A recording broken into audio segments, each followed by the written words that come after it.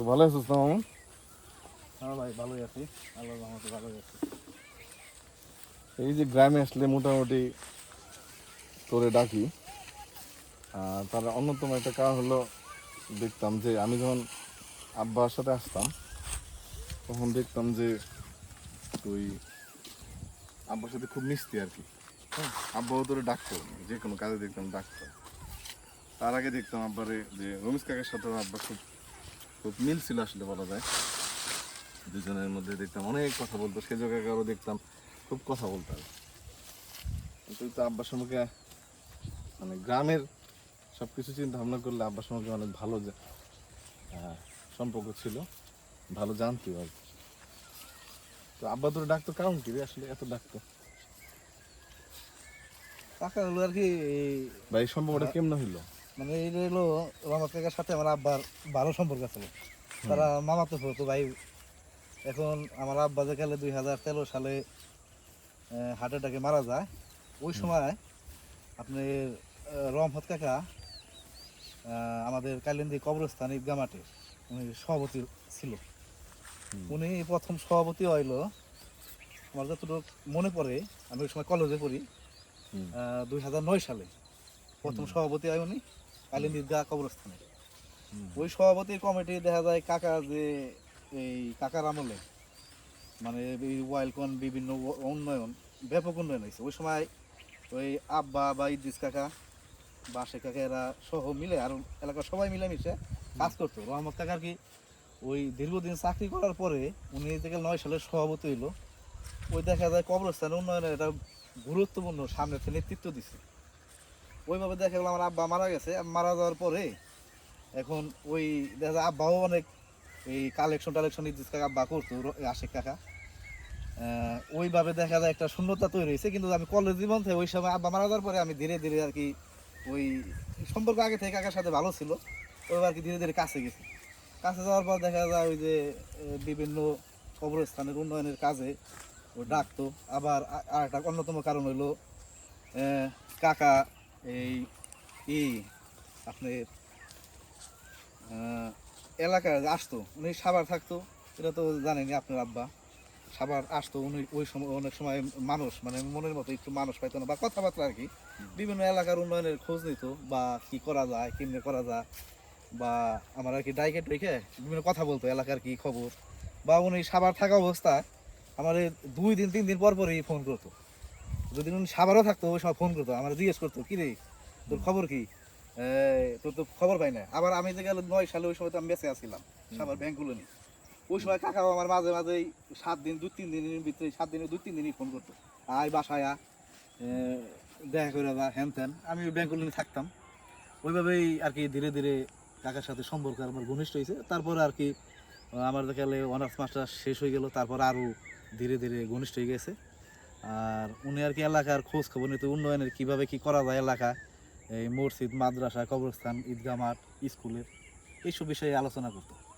আর এলাকার তথ্য নিত আর কি, মানে কেমনি কী করা যায় আর কি এলাকার উন্নয়নের জন্য, এইসব বিষয়ে আর কি আমার সাথে বেশি কথা বলতো। আর সর্বোপরি আর কি আমার অনেক, আমি যেটা মনে করি আমার বিশ্বাস করতো। বিশ্বাসের পর থেকে বিভিন্ন দিকে ধরেন আমি ছোটো হইলেও বয়সে বিভিন্ন কাজকর্মে উনি আমার বিশ্বাস করতো না। দেখা গেল আমি ছোটো হইলেও আমি যদি দিতাম তথ্য প্রমাণ সহ এগিয়ে গেলে কাকা করলে ভালো হয়, মানে সার্বিকভাবে অনেক কিছুই আমার এই 13 সাল থেকে মানে আমার আব্বা মারা যাওয়ার পর থেকে 2025 সালের মার্চ মাস 26শে মার্চ যে কাকা মারা গেল, এর ভিতরে ধরেন উনি আমার প্রমাণ পাইছে যে মানে আমি বিশ্বাসযোগ্যতার কাজ করছি বা বিভিন্ন যেটা সঠিক ওইভাবে আমার বিশ্বাস করতে আর কি উনি এক কথায় ভালো। মানে আমি কবরস্থানে গিয়ে লাস্টে ওই যে ইয়া যে হইলো ওই কমিটিতে কি তুই ছিলি নাকি? আমি কমিটিতে, হ্যাঁ আমি প্রথম কমিটিতে যে গেলে আমি দেখলাম ছোট 2009 সালে, ওই সময় আব্বা ছিল। হ্যাঁ তখন ছোট, হ্যাঁ আব্বা ছিল কমিটিতে। আর তারপরের কমিটিতে আমি ছিলাম না, তারপরের কমিটিতে মানে আমার কমিটিতে কাকা আমার যুগ্ম সাধারণ সম্পাদক বানাইছিল আর কি। আর লাস্ট আব্বা মারা যাওয়ার সময় তখন কি ছিলি? তখন হলো কাকা একটা কমিটি করছিল, ওই কমিটিরও খসড়া আমার আর কি যুগ্ম সাধারণ সম্পাদক রাখছিল। আচ্ছা আচ্ছা, বুঝতে পারছি। যুগ্ম সাধারণ সম্পাদক রাখছিল। তো আব্বার সাথে তো খুব ক্লোজলি মিশছিস, যদি আব্বা সম্পর্কে কিছু বলতে বলি তোরে, আব্বা আসলে কেমন মানুষ ছিলেন বা তোর মতো করে বলা আর কি। হ্যাঁ, বা তুই তোর অ্যাঙ্গেলে কীভাবে দেখছিস? কারণ আমরা আব্বাকে আমার বাবা হিসেবে বা পিতা হিসেবে দেখছি, তাই না? তোরা চাচা হিসেবে দেখছস, বা গ্রামের ওদের সাথে আত্মীয় আরো ভাবে অন্যভাবেও আছে, হ্যাঁ। সবকিছু মিলে আর কি। বা কবরস্থানে কাজ করে দেখছিস আব্বার, কাজকর্মের আব্বার, সবকিছু মিলে ওভারঅল মন্তব্য যদি জানতে চাই আব্বা সম্পর্কে, তার টাকা পয়সা দেওয়ার লেনদেন কেমন ছিল? টাকার অরিজিনাল হলো, মানে একটা একটা করে বলি। আপনার কাকা ধরেন যদি কবরস্থানের কথা ধরে, কবরস্থানে উনি পাই হিসাব রাখতো। ওনার আমলে আপনার আমার জানা মতে উনি যে সভাপতি হয়েছে তারপরে আপনার আমাদের ব্যাংক অ্যাকাউন্ট ছিল না কবরস্থানে। ওনার নির্দেশনায় ওনার ইতেই আমাদের রূপালী ব্যাংকে একটা কবরস্থানে ব্যাংক অ্যাকাউন্ট হয়েছে। তারপরে ওনার আমলে আপনার এই যে ঈদের নামাজ পড়ে ঢালাই, বিশাল বড় ঢালাই, প্রায় 6,000 ফুট উপরে, 6,000 স্কোয়ার ফুটের উপরে ঢালাই হয়েছে। হ্যাঁ, এবং লট সিসি ডালাইয়ের মতো 5 ইঞ্চি। তারপরে আপনার গম্বুজ হয়েছে, তারপরে মাটি ফালানো হয়েছে কমপক্ষে 15 লক্ষ টাকার উপরে ওনার আমলে। হ্যাঁ, ওই যে গর্ত ছিল। হ্যাঁ, তারপরে আপনার সামনে নিয়ে বা যে হ্যারিং বন্ড করলাম, এই টাকাটাও তো ওনার আমলে ক্যাশ ছিল, ব্যাংকে ক্যাশ ছিল। এটা আপনার নেতৃত্বে করছে, লাস্টে আপনি সভাপতি হয়েছেন, কিন্তু এটা ক্যাশ ছিল রহমত কাকার আমলেই। এখন ওই সার্বিকভাবে আপনার জানতো আর কি, আমরা নকশাটা জানতো, গেটের নকশাটা উনি জানতো। উনি যাই নাই, মৃত্যুবরণ করছে আর কি, কিন্তু আমরা করুম আর কি। হ্যাঁ, তারপর উনি অত্যন্ত ক্লিয়ার আসলো, যেমন লেনদেন আমার মেজো কাকা মানে হাফেজুদ্দিন কাকার হাতে থাকতো, ওই কেশিয়ার, উনি কেশিয়ার।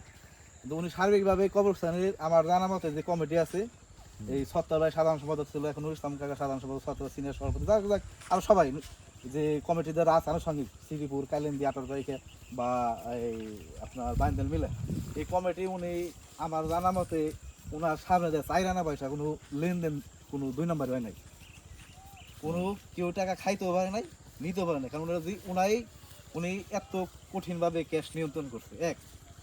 আর এখন কমিটিতে যারা আসলো মোটামুটি তারা সবাই সৎ ছিল, এবং কাকা এটা সব কিছু নিয়ন্ত্রণ করছিল, টাকার ব্যাপার।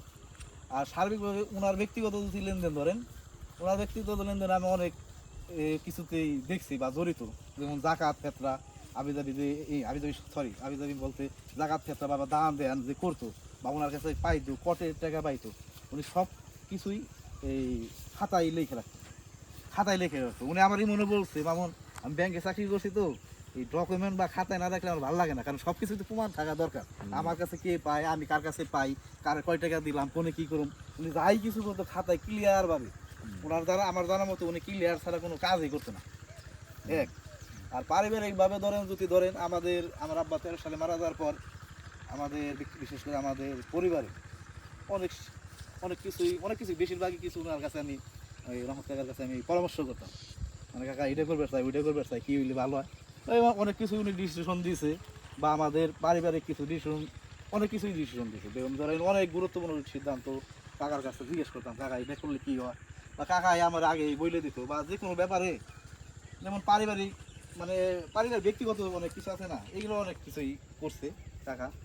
মানে ধরেন যদি আমার আব্বা মারা যাওয়ার পর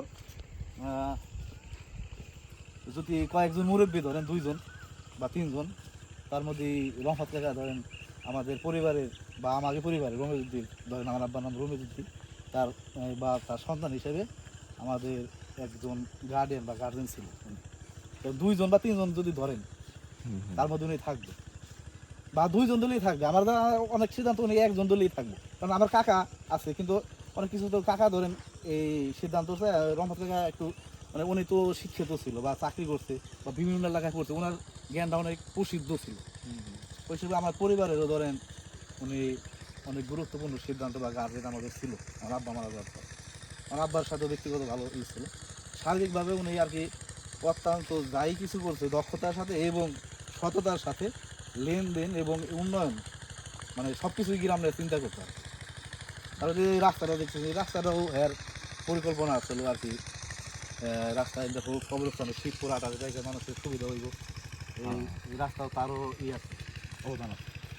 মানে তারাই হলো, মানে তাদের ব্রেন চাই, মানে তাই না, তাদের ব্রেন থেকে আসলে এই চিন্তাগুলো আসছে, যেদিকে রাস্তা হওয়া দরকার, তাই না?